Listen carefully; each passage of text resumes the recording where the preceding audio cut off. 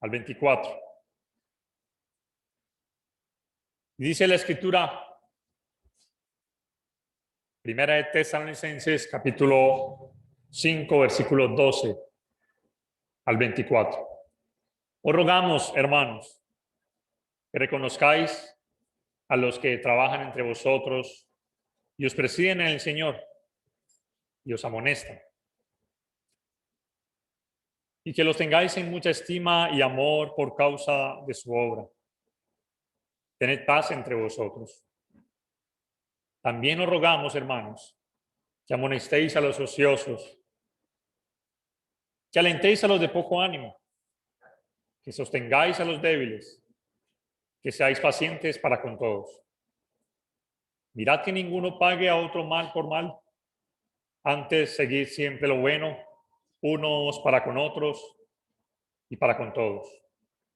Estad siempre gozosos, orad sin cesar, dad gracias en todo, porque esta es la voluntad de Dios para con vosotros en Cristo Jesús. No apaguéis al Espíritu, no menospreciéis las profecías, examinadlo todo, retened lo bueno. Absteneos de toda especie de mal, y el mismo Dios de paz os santifique por completo, y todo vuestro ser, espíritu, alma y cuerpo, sea guardado irreprensible para la venida de nuestro Señor Jesucristo. Fiel es el que os llama, el cual también lo hará. Vamos a hacer una oración, hermanos. Oremos. Santo Padre Celestial, tu pueblo está reunido, Señor, aquí, dándote gloria y alabanza, reconociendo su señorío y majestad, reconociendo que solamente usted es Dios y deseando, Señora, con sed y hambre, Señor, de ti, de tu palabra, Señor, para que nos hables. Habla a nuestros corazones, Señor. Habla a nuestro ser y mediante ella, Señor, purifícanos cada día, transfórmanos, moldéanos, redargúyenos y si es necesario, repréndenos. Pero sobre todo, Señor, edifícanos, porque tu palabra es para que nosotros seamos edificados, fortalecidos. Por eso, Señor, ayúdanos, que sea tu espíritu y que este instrumento, Señor, sea solamente eso, un instrumento en tus manos para hablarnos y para que tu, Señor, puedas, Padre, hablar a nuestras vidas, a nuestro ser interior. Te alabamos, te bendecimos, te damos gracias. En el nombre precioso de nuestro Señor y Salvador Jesús. Amén. Como les decía, hermanos, vamos a iniciar. Y antes de que podamos, digámoslo, desmenuzar o entender lo que acabamos de leer, es necesario que nosotros hagamos una introducción y contextualicemos lo que el Espíritu Santo quiso decir en primera instancia a los hermanos de Tesalónica. Así que vamos a hacer una introducción, primero que todo, a esta carta, para luego, al transcurso de los domingos, ir profundizando más en lo que tiene que ver con estos pasajes que leímos. Nosotros sabemos, hermanos, que la Biblia, y especialmente el Nuevo Testamento, es un libro donde nos muestra la voluntad de Dios. Dios envió a su Hijo Jesucristo y nuestro Señor Jesús hizo lo que todos sabemos, cumplió su misión, sacrificándose por todos nosotros, dejando a los apóstoles para que ellos continuaran esa obra de la predicación del Evangelio. Todo esto de la obra de Jesús las conocemos en los relatos de los Evangelios, Mateo, Marcos, Lucas y Juan, donde comprendemos la vida de Cristo. Pero luego viene el libro de los Hechos, donde nos muestra cómo los hombres respondieron al mensaje del Evangelio predicado por los apóstoles, por otros cristianos, enviados por el Señor. El libro de los Hechos nos consigna todo lo que tiene que ver con las conversiones y cada una de esas diferentes naciones, culturas, pueblos, cómo aceptaron ese ofrecimiento de la amistad de Dios y ellos estuvieron dispuestos a obedecer al Señor.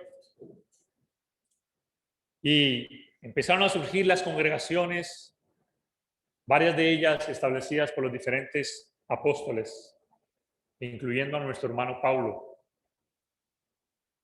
que tuvo 3 viajes, escribió casi la mitad del Nuevo Testamento, 13 cartas, 9 de ellas escritas a iglesias y 4 de ellas son cartas más personales.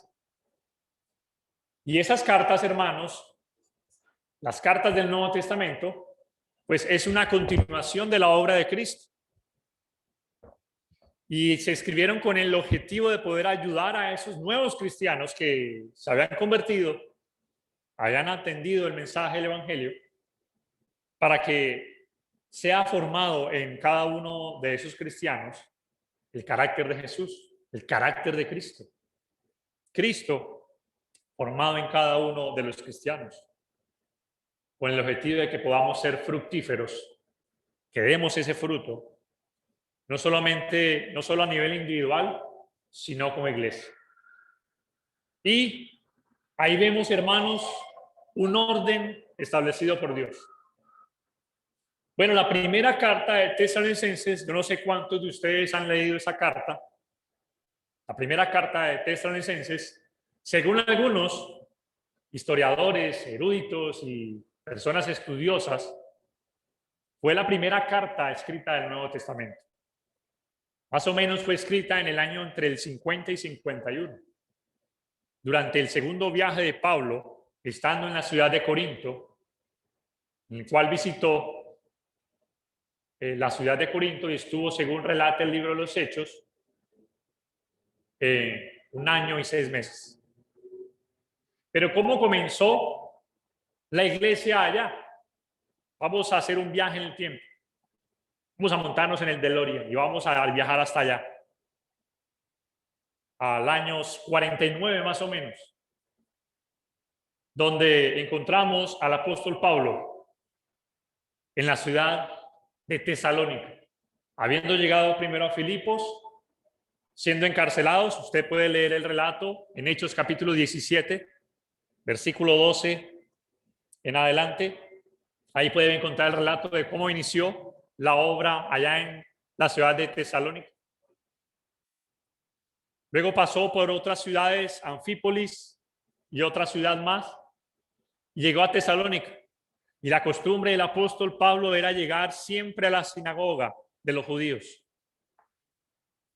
Y dice la Biblia que allí estuvo por espacio de 3 sábados. Y muchos creyeron, algunos judíos y otros que no eran judíos. Bueno, la ciudad de Tesalónica en su gran mayoría era una ciudad gentil. Era una de las capitales de la provincia de Macedonia, una colonia romana, y era la capital allí de esa provincia. Y en su mayoría había muchas personas gentiles. Y según relata el libro de los Hechos, capítulo 17, ahí vemos al apóstol Pablo predicando primero a los judíos, pero como ellos se opusieron, como siempre el apóstol Pablo, por eso fue llamado el apóstol a los gentiles, porque los judíos como que no aceptaron el mensaje. Bueno, se convirtieron, dice la Biblia, muchos gentiles, mujeres nobles, no pocas, pero después de 3 sábados, es decir, 3 semanas, esto fue lo que el apóstol Pablo estuvo aproximadamente en la ciudad de Tesalónica, de 3 a 4 semanas, estuvo allí,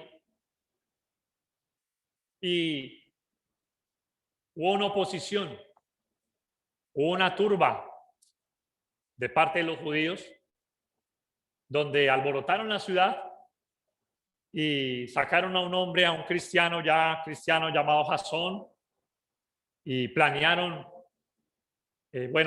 coger también a Pablo para encarcelarlo, para hacer que no predicara más en esa ciudad, porque los judíos eran bastante celosos, el mismo Pablo fue un hombre celoso.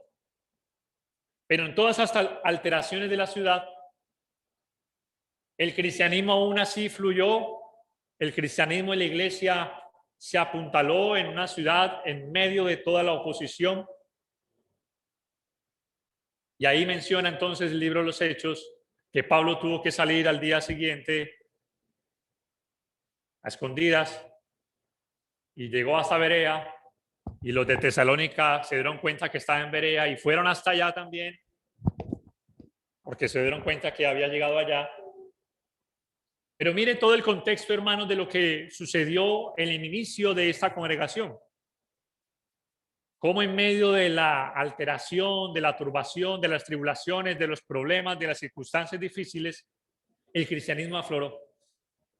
El cristianismo llegó a ser una realidad y la iglesia llegó a existir. Gloria a Dios. Gloria a Dios. Y Pablo, hermanos, viaja luego a la ciudad. Estamos hablando en el año 49 aproximadamente, que fue el segundo viaje de Pablo, entre el 49 y el 54. Llega a la ciudad de Atenas. Allá le dice a Timoteo que vaya a saber cómo están los hermanos de Tesalónica. Timoteo va hasta allá. Luego Pablo llega a la ciudad de Corinto y desde allá ya llega Timoteo con las noticias de la iglesia, de cómo está la iglesia, de cómo se encuentran los hermanos, porque fue algo muy rápido. Imagínense, 3 semanas.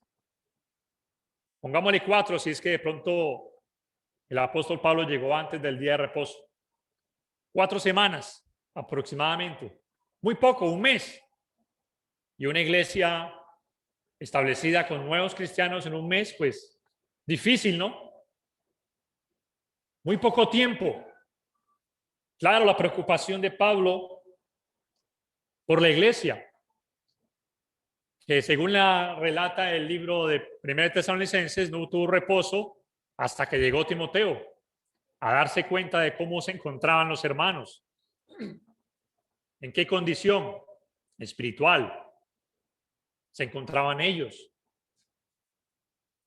Y así como Pablo, Dios también se preocupa, hermanos, de cómo se encuentra la iglesia, en qué estado se encuentra, cómo se encuentran los hermanos, porque esa es la preocupación no solo de Pablo, sino de Dios para con su pueblo. Y por eso les decía, hermanos, que Dios permitió de que las cartas existieran, porque no simplemente Dios permitió de que las personas se convirtieran y bueno, ya ustedes se convirtieron y defiéndanse como puedan. No, las cartas existen por esa misma razón. Para llevarnos o para poder entender qué es lo que Dios quiere que continuemos como cristianos. Y por eso, hermanos, el apóstol Pablo, allá en Corinto, escribió la carta. Allá fue donde redactó la carta de Primera de Tesalonicenses durante su segundo viaje. La congregación probablemente llevaba 6, 8 meses, un año, no sé, aproximadamente. Muy poco tiempo. Por eso se dice que es la primera carta que existe del Nuevo Testamento es Primera de Tesalonicenses. Pero hermanos, vemos un interés del apóstol Pablo por el bienestar espiritual de los hermanos. Y hermano, esto es obvio, porque para eso es que Dios ha dejado las cartas. Y cuando Pablo vivió con los tesalonicenses en esas 3 o 4 semanas que estuvo con ellos, la Biblia dice que él fue muy afectuoso. Dice la escritura en Tesalonicenses y 1 Tesalonicenses 2:7 que los amó tanto y los cuidó tanto con tanta ternura como la nodriza cuida o cuidaría a sus propios hijos. En 1 Tesalonicenses capítulo 2, versículo 7, vaya a ese versículo, ahí lo encuentra. Dice que fuimos tiernos entre vosotros, como la nodriza que cuida con ternura a sus propios hijos. Ahora, si la nodriza cuidaba a los hijos extraños, también, ¿se imagina cómo cuidaría a los propios? Y Pablo está diciendo, nosotros fuimos como eso, como la nodriza. Pero a lo largo de esta introducción que queremos que todos nosotros comprendamos para ir contextualizando todo lo que a lo largo de los domingos vamos a ver, necesitamos ver tres aspectos importantes de la iglesia allá en Tesalónica. Que la carta, si usted lee, le invito, si no la ha leído, a que la lea. Tres aspectos importantes a resaltar, los cuales van a servirnos a nosotros como un punto de partida para lo que Dios tiene para enseñarnos a nosotros. Y que yo sé que esos puntos de los hermanos de Tesalónica son de ellos, pero que son principios que están vigentes para todas las épocas, porque la Biblia fue escrita para todas las épocas. Y vamos a ver tres principios importantes. Primero, ¿cuáles fueron los puntos fuertes de los hermanos de Tesalónica? Los tesalonicenses. Número 2, ¿cuáles fueron los puntos débiles de estos hermanos? ¿Qué debilidades tuvieron? ¿Cuáles fueron esos puntos flacos? Y número 3, el progreso espiritual que ellos debían de tener. 3 puntos que vamos a ver, hermanos, en esta mañana. ¿Cuáles fueron esos puntos fuertes? ¿Cuáles fueron esos puntos débiles? ¿Cuál es ese progreso espiritual que se esperaba y se espera que tienen? Y esto, hermanos, para todos nosotros. Porque todos nosotros en nuestras vidas como cristianos tenemos puntos fuertes, ¿cierto? Fortalezas. Pero también tenemos en nuestras vidas debilidades, flaquezas.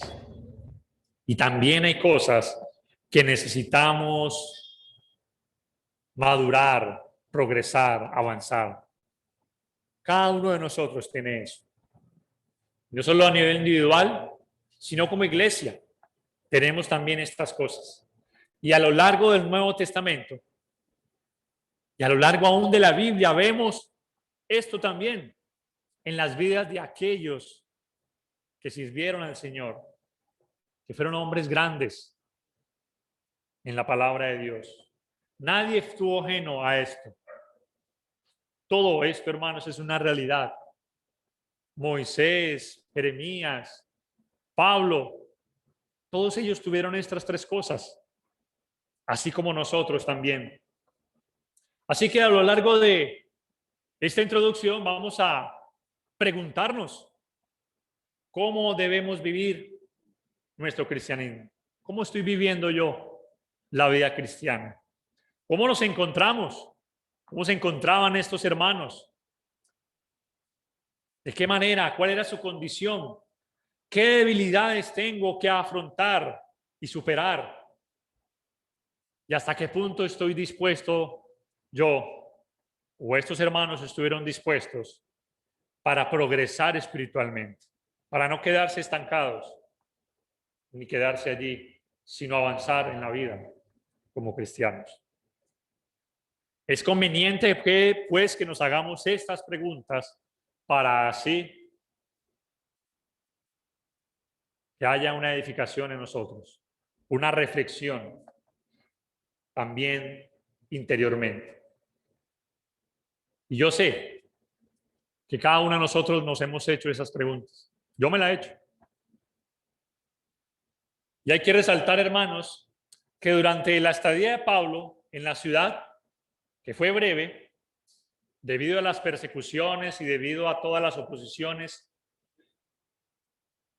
no obstante, Pablo, él escribe a una congregación, a una iglesia ejemplo, y que con constancia continuó perseverando en el Señor en medio de la oposición. Primer aspecto, hermanos, sus puntos fuertes. Los puntos fuertes que tenían nuestros hermanos en Tesalónica. Primero, su reputación, la reputación de su fe, su convencimiento de todo lo que habían creído y de su conversión genuina. En Primera de Tesalonicenses capítulo 1, versículo 9, leamos ese pasaje, hermanos. Capítulo 1, verso 9 dice: porque ellos mismos cuentan de nosotros la manera en que nos recibisteis y cómo os convertisteis de los ídolos a Dios para servir al Dios vivo y verdadero. Por eso decíamos que la iglesia en Tesalónica en su gran mayoría eran gentiles que adoraban ídolos, que tenían otros dioses, pero que estos hermanos dice que se convirtieron de los ídolos a Dios, es decir, abandonaron la idolatría. ¿Y qué nos da a entender eso, hermanos? Que ellos se convirtieron realmente, que ellos no simplemente asumieron el cristianismo como algo deportivo, como una religión más, como algo que va a ocupar el espacio, el tiempo en mi vida, sino que hubo una conversión genuina, un arrepentimiento, un nacimiento genuino en sus vidas, porque se convirtieron de los ídolos, abandonaron los ídolos, abandonaron todo aquello que estaba opuesto a la voluntad de Dios para convertirse y solamente adorar a ese único Dios. Y es allí, hermanos, donde vamos viendo nuestras lecciones. Si en nosotros hay una verdadera conversión, si hemos realmente nacido de nuevo, si en nosotros hay un verdadero arrepentimiento, porque el arrepentimiento es algo que nunca termina. Algunos creen que el arrepentimiento es algo para los inconversos, para las personas nuevas. No, hermanos. El arrepentimiento es un proceso continuo que no termina en la vida del cristiano, porque la palabra arrepentimiento es metanoia. Esa palabra quiere decir dar un giro, y nosotros constantemente debemos estar dando giros en nuestras vidas, ir cambiando nuestra forma de vivir, ir cambiando nuestra manera de pensar. La palabra metanoia significa nuevamente. Nuevamente. El arrepentimiento no termina del momento en que nos predicaban el evangelio y ya. Estos hermanos nos muestran que ellos estaban arrepentidos, que ellos estaban convertidos realmente. Punto fuerte de ellos. ¿Cuáles son esos puntos fuertes de nosotros? ¿Realmente estamos convertidos? ¿Genuinamente? ¿Somos cristianos, discípulos que deseamos, como lo decía ahora nuestro hermano, movidos por el amor, servir, agradar y glorificar al Señor? ¿O estamos aquí porque, qué dirán?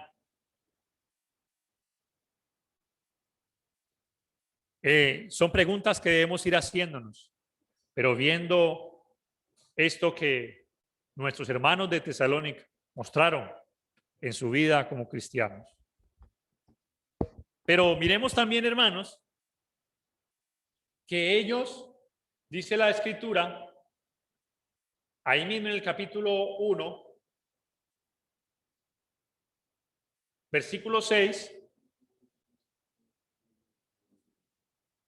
recibieron la palabra de Dios en medio de mucha tribulación. Dice versículo 6, y vosotros viniste a ser imitadores de nosotros y del Señor, recibiendo la palabra en medio de gran tribulación, con gozo del Espíritu Santo. No es fácil creer cuando todo está mal, cuando todo está yendo mal. Hay muchos que cuestionan inclusive a Dios y se preguntan cómo es que Dios permite que sus hijos sufran. ¿Cómo Dios permite, cómo Dios se complace en ver sufrir a sus hijos?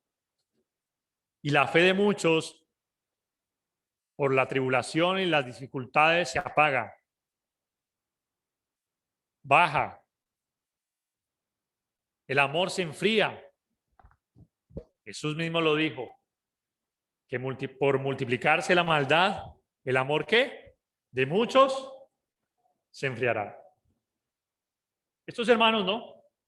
Estos hermanos estuvieron y recibieron la palabra en medio de todas las tribulaciones, en medio de toda la dificultad, de las persecuciones, las alteraciones que hubo. Ellos recibieron la palabra y estuvieron dispuestos a convertirse a ese Dios vivo, abandonando la idolatría y todo el pecado. Es decir, hermanos, preguntémonos también si en nuestras vidas nosotros, en medio de las dificultades, en medio de las circunstancias difíciles, nos complace recibir la palabra de Dios, o somos de los que nos apartamos, porque las dificultades y los problemas llegan a nosotros, llegan a nuestras vidas, y empezamos, en vez de confiar más en Dios, a quejarnos. Estos hermanos estuvieron dispuestos a recibir la palabra de Dios. Pero no solo eso.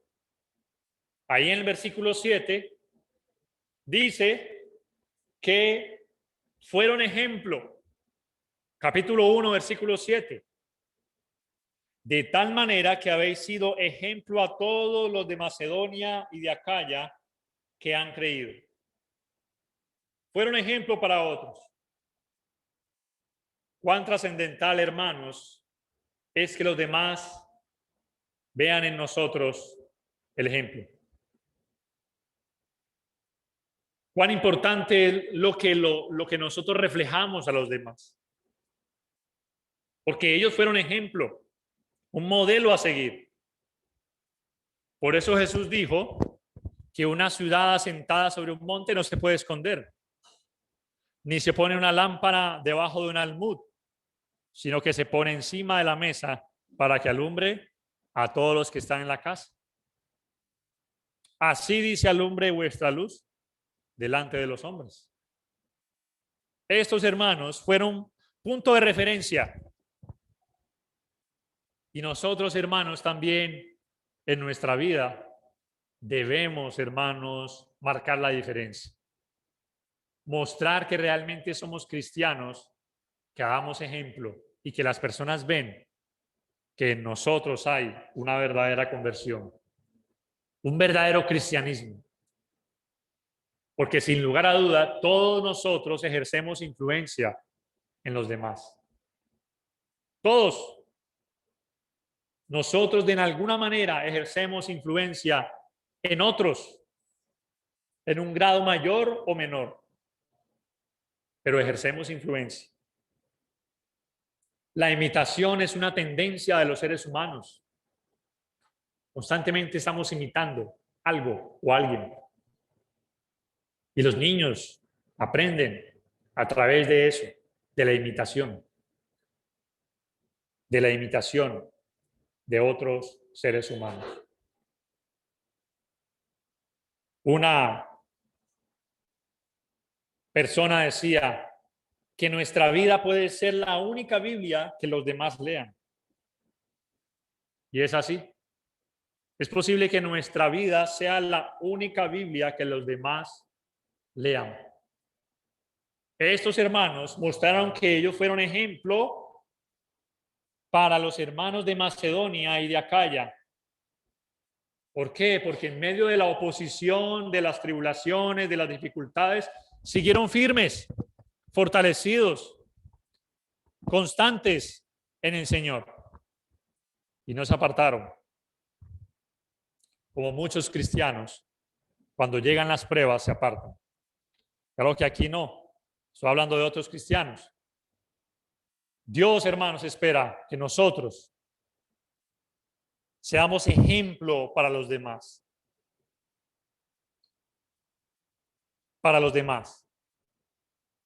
Y el hecho, hermanos, si usted lee 1 Tesalonicenses, los 3 primeros capítulos son para resaltar aspectos positivos de los hermanos de Tesalónica.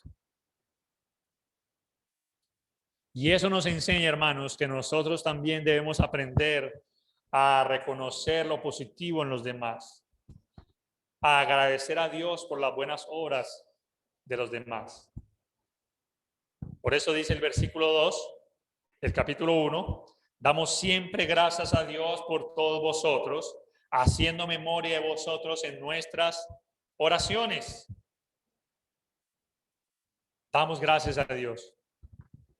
Qué bueno, hermanos, es resaltar los aspectos positivos. Siempre debemos resaltar más que los aspectos, no dejando a un lado los negativos, pero debemos también reconocer lo bueno que hay en los demás. Debemos, hermanos, ayudarles a entender a los demás el valor de sus buenas acciones. Y eso fue lo que hizo Pablo en estos 3 primeros capítulos. Habló de aspectos buenos, de sus buenas acciones, de su potencial, de los efectos de estos hermanos en otros. Y debemos, hermanos, asegurarnos de que sepan que ese logro lo conoce Dios. ¿Para qué, hermanos? Para que no seamos o no demos lugar siempre a la crítica. El padre que siempre está criticando a su hijo y no resalta los aspectos positivos de su hijo o de su hija, pues difícilmente va a sentir realmente el amor de su padre. Pero mire que Dios es bueno y resalta también los aspectos positivos. Y es importante, hermanos. Es muy importante. Y un último aspecto positivo que vemos allí es que los hermanos, ellos tenían la esperanza de ver nuevamente a Jesús y que Jesús iba a volver. Pablo les había predicado eso, que Jesús iba a volver victorioso, triunfante. Y ellos estaban tan preparados, tan dispuestos, tan, mejor dicho, tan apasionados por esa noticia, que según vemos en la segunda carta de Tesalonicenses, que es muy continua, muy simultánea prácticamente con la primera, los hermanos se habían despojado de sus trabajos creyendo de que ya Jesús venía, ¿no? Y aún otros, como lo veremos ahora, se habían desalentado y se habían entristecido por causa de los que habían muerto ya. Y pensaban que de pronto no iban a ver al Señor porque habían muerto. Son aspectos, hermanos, positivos que vemos allí, en nuestros hermanos de Tesalónica. Yo sé que en todos nosotros vemos, porque nosotros hemos tenido una conversión genuina, ¿cierto? Porque nosotros, hermanos, no nos apartamos aún en medio de las tribulaciones, ¿cierto? Y porque nosotros somos y queremos ser ejemplo para los demás, viviendo unas vidas ejemplares, donde los demás ven cuál es el cristianismo que nosotros llevamos. Y reflejamos, hermanos, a los demás eso. Yo sé que cada uno de nosotros aquí tiene esos aspectos positivos. Pero como lo decía, no se queda solamente en una cara de la moneda. También hay debilidades. También hay aspectos flacos, débiles, como los tuvieron nuestros hermanos también de Tesalónica. Ellos, confundidos por la muerte de los creyentes y muy débiles todavía, porque un mes, imagínense un mes que estuvo Pablo con ellos, hermanos débiles todavía, como un hombre inocente que está en un lugar y sin experiencia, se encuentra con un lugar lleno de oposiciones y está allí, no sabe qué hacer. Tuvieron también debilidades. Una de ellas, hermanos, en 1 Tesalonicenses capítulo 4, versículo 13. Tampoco queremos, hermanos, que ignoréis acerca de los que duermen, para que no os entristezcáis como los otros que no tienen esperanza. Y ahí quise resaltar, hermanos, una debilidad de ellos. Y es que ignoraban muchas cosas. Porque ahí lo está diciendo, ¿no? ¿Puede leerlo? Tampoco, hermanos, queremos que ignoréis. ¿Qué estaban haciendo ellos? Ignorando algo. Posiblemente ya habían escrito, ya habían sido informados por el apóstol Pablo en este aspecto, pero lo estaban ignorando. No estaban teniendo en cuenta las promesas de Dios y se estaban entristeciendo por causa de que muchos habían muerto y como sabían que Jesús ya venía, ya era su venida era inminente, dijeron, bueno, los que murieron como que no les va a tocar gozar de la venida del Señor. Ignoraban, hermanos, la promesa de la resurrección. Ignoraban la promesa de que un día los cuerpos que están en las tumbas se van a levantar o se van a levantar. Y los creyentes estarán con el Señor. Ignoraban, hermanos, el consejo de Dios. Ignoraban la palabra de Dios. Y eso es una gran debilidad que ellos tuvieron. Y a veces es una debilidad nuestra también. Ignorar eso que Dios nos ha dicho. Ignorar las promesas que nos hacen que nuestra balsa de la fe empiece a tambalear y se empiece a hundir. Y cuando yo ignoro algo, pues no lo conozco. Y si no lo conozco, entonces ¿dónde descansa mi fe? Entonces, ¿dónde reposa mi fe? ¿Bajo qué base la sostengo? Si la estoy ignorando, si no la conozco. Porque cuando ignoramos, hermanos, algo, erramos. Y Jesús lo dijo. Vosotros erráis ignorando las Escrituras. Cuando nosotros ignoramos algo, erramos. Pregúntele a alguien que ignora cómo conducir un carro, si se monta en el carro, puede manejarlo. Pregúntele a alguien cómo podría manejar cualquier cosa, una máquina. Si ignora cómo manejarla, si de pronto va y la daña antes. Cuando nosotros ignoramos algo, erramos.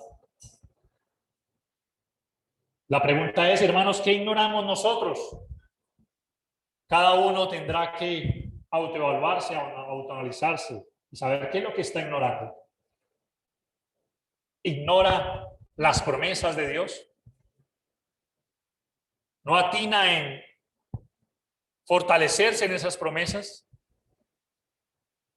como estos hermanos que los llevaron a sentirse tristes, acongojados y sin esperanza. Ahí lo dice, ¿no? No os entristezcáis como los otros que no tienen esperanza. Estaban ellos igualándose con aquellos que ignoraban la resurrección de los muertos y no tenían ya esperanza. Asimismo, hermanos, nosotros ignoramos muchas veces en nuestras vidas la palabra de Dios, y por ignorar la palabra de Dios no conocemos lo que Dios tiene para nosotros. No valoramos lo que Dios tiene para nuestras vidas. No nos aferramos a ellas. Y por eso viene la tristeza, la congoja, la falta de gozo. Y allí, hermanos, bloqueamos la obra purificadora y santificadora del Espíritu en nuestras vidas. Por eso Pablo decía en Efesios 5:17, se los voy a leer, dice, no seamos insensatos, sino entendidos de cuál sea la voluntad de Dios. Por eso, hermanos, es necesario que no ignoremos lo que Dios tiene para nuestras vidas. Y tercer y último aspecto, el progreso espiritual. Después de Pablo resaltar los aspectos positivos y los puntos débiles, Pablo hace un llamado de crecimiento. Todo cristiano, hermanos, tiene potencial para crecer. Por eso la palabra de Dios nos dice en 2 de Pedro, capítulo 1, versículo 3, que todas las cosas que pertenecen a la vida y a la piedad nos han sido dadas por su divino poder, mediante el conocimiento de aquel que nos llamó por su gloria y excelencia. Nosotros tenemos todo lo que necesitamos para vivir una vida piadosa, una vida agradable ante Dios, porque todo se nos ha sido dado. Ninguna cosa se nos restringió. Todo nos ha sido dado para que nosotros potencialicemos nuestra vida como cristianos y no seamos quietos. Porque el propósito de Dios para cada uno y la meta de cada cristiano es que cada día su vida se vaya transformando, su mente se vaya limpiando. Como dijo el apóstol Pablo en 2 de Corintios 4:16, que nuestro hombre exterior se va desgastando, no obstante, el interior se renueva de día en día. Que tanto en nuestras vidas estamos, hermanos, queriendo progresar espiritualmente. Porque hoy muchos se interesan por el progreso material y queremos triunfar en los negocios y queremos alcanzar unas metas y queremos llegar a un propósito material. Pero ¿qué tanto, hermanos, nos preocupamos? Y ese es un llamado del apóstol Pablo en 1 Tesalonicenses 4:1. Miren lo que dice. Por lo demás, hermanos, os rogamos y exhortamos en el Señor Jesús que la manera que aprendisteis de nosotros, como os conviene conduciros y agradar a Dios, así abundéis más y más. Mire que la frase de Pablo, inspirada por el Espíritu Santo, abundéis más y más, es una frase que nos está encerrando la idea del no conformismo. Abundéis más y más. El progreso espiritual. Y alcanzar unas metas espirituales. De no quedarnos, hermanos, niños. Porque si nosotros, hermanos, nos preocuparíamos si vemos que nuestro niño no está creciendo, los que tienen niños pequeños, yo me preocuparía si yo veo a uno de mis hijos que no esté creciendo. Y lo llevaría inmediatamente al médico porque lleva tal vez años así pequeñito y nada que crece. Bueno, si nos preocuparíamos porque nuestros hijos no crezcan, ¿cuánto más, hermanos, debe preocuparnos? ¿Cuánto Dios desea que en nuestras vidas haya crecimiento? progreso espiritual. Un comentarista decía, denme una robusta fe en Dios y no necesito pedir ninguna otra cosa. Pues la fe vigorosa convertirá la pobreza en riqueza, la debilidad en fortaleza, las profundas aflicciones en gozos perdurables y las dificultades monstruosas en triunfos maravillosos. Ahí está, hermanos, reflejado el hecho que dice Pablo aquí, abundéis más y más, robustecer nuestra fe, aumentarla, abundar y no quedarnos, hermanos, como niños. Hay que madurar, hay que dejar tantas actitudes infantiles. La iglesia no está en un paseo de fin de semana hacia el cielo, sino que debe estar dispuesta a luchar por la fe que una vez ha sido dada a los santos. Ahí mismo, en el capítulo 4 y el capítulo 5, nos habla de tener buenas actitudes, que eso es lo que se va a ver, hermanos. Buenas actitudes para con los ministros de la iglesia. Hacer decisiones apropiadas en situaciones difíciles y no conformarse a un estado espiritual, sino anhelar, mejorar más y más. Pregúntese, hermano, preguntémonos, ¿en qué aspecto de su vida necesita mejorar? ¿Cuáles son las cosas en las que debe cada día despojarse más? Y en las que debe abundar más y más. ¿Cómo nos estancamos espiritualmente? Bueno, muchas formas. Cuando descuidamos nuestra fe, cuando no leemos la palabra de Dios, cuando en la casa la Biblia está empolvada, pero el celular limpio, cuando abandonamos un ministerio que es edificante, cuando menospreciamos el Espíritu Santo y su obra. Podemos hacerlo al no ejercitar lo que ya tenemos. Hay muchos hermanos que en un momento conocí que eran más activos y hoy están apagados. Y hoy están quietos. ¿Por qué? ¿No debemos antes abundar más y más? ¿No es la vida cristiana algo que va en ascensión y no en algo que decrece? Nos podemos estancar espiritualmente cuando con una mente mundana nos entregamos a la avaricia, a algún pecado, nos olvidamos de congregarnos,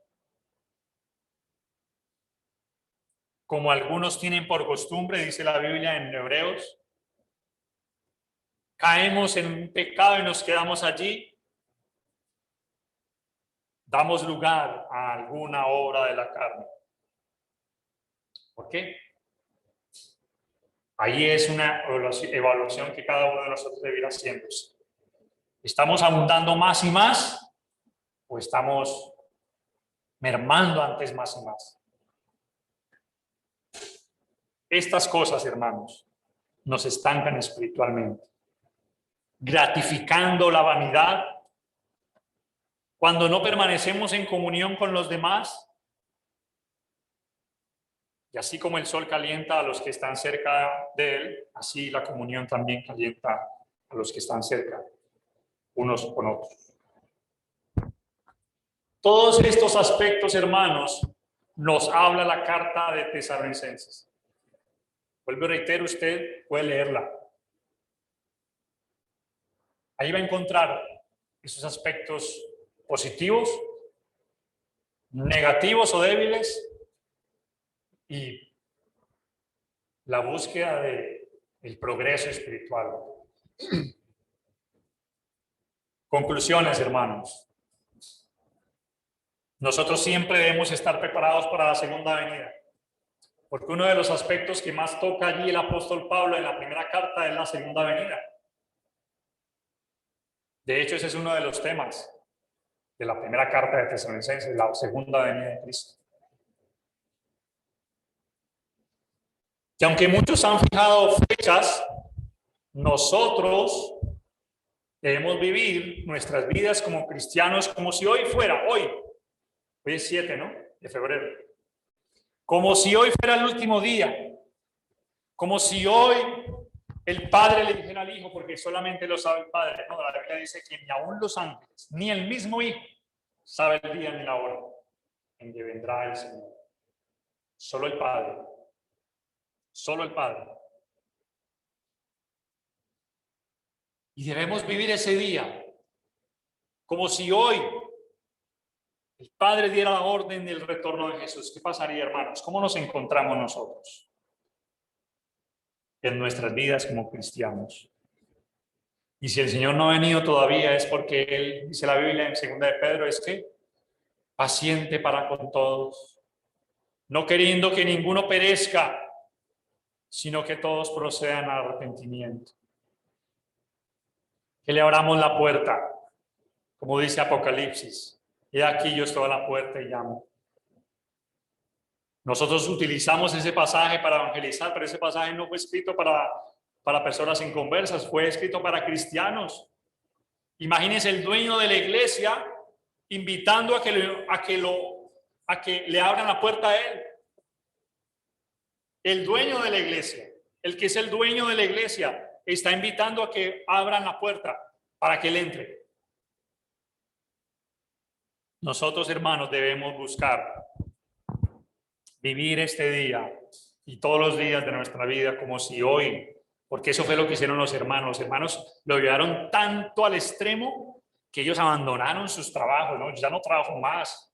Y algunos inclusive se empezaron a portar ociosamente y empezaron a depender de que les dieran ayudas porque ya dejaron de trabajar. Ya viene el Señor. Y hasta cierto punto ellos tuvieron esa fe maravillosa de esperar la venida del Señor en ese momento que en ellos estaba. Para ellos era muy cercana. Y si para ellos fue muy cercana, ¿cuánto más para nosotros? ¿Cuánto más para nosotros? Si el Señor no ha venido es porque quiere que nosotros procedamos al arrepentimiento. Y estar preparados para la segunda venida, hermanos, es lo que leímos al principio. ¿Recuerda el pasaje que leímos al principio? Primera de Tesalonicenses 5:12 en adelante. Si usted y yo estamos preparándonos para la segunda venida de Cristo, no debemos vivir ociosos. No debemos, hermanos, tener un ánimo bajo. Debemos antes estar afirmados y no débiles espiritualmente. Debemos ser pacientes y saber esperar las promesas de Dios. Ser pacientes en medio de las circunstancias difíciles y el sufrimiento. Si estamos esperando la segunda venida, hermanos, debemos estar siempre gozosos. Porque hay muchos cristianos que no están llenos de gozo. Yo no estoy diciendo que se carcajeen todo el día, ¿no? Pero se les nota. Yo no estoy diciendo que haya momentos en nuestras vidas que tengamos tristeza, pero hay cristianos que mantienen ese estado. Y la Biblia dice estar siempre gozoso, lo acabamos de leer, 5:16. Si queremos prepararnos para la segunda venida, debemos orar sin cesar. Si queremos prepararnos para la segunda venida, debemos ser agradecidos aún en medio de las pruebas. Y si queremos, hermanos, prepararnos para la segunda venida, debemos apartarnos de toda especie de mal. De toda especie de mal. Somos, hermanos, en conclusión, somos de los que permitimos que por las diferentes pruebas nuestra fe se derrumbe, de los que nos abrumamos ante las dificultades. Cuando usted y yo nos sintamos así, hermanos, anodados por la tristeza, avivémonos en la esperanza gloriosa de la venida de nuestro Señor, de la resurrección de los muertos, de que nosotros estaremos un día, y ya dice la Biblia en Apocalipsis, no habrá dolor, ni llanto, ni lágrimas, que estaremos un día con el Señor y resucitaremos. Que aunque pasemos, como dicen por ahí, por las verdes y las maduras, estaremos disfrutando de la gloria eterna, porque el Señor viene. No sabemos cuándo, pero puede ser hoy. Puede ser hoy que venga. Tenemos la esperanza de su regreso, porque así lo dijo el Señor. Y nosotros debemos fortalecernos en esa fe, en esa confianza.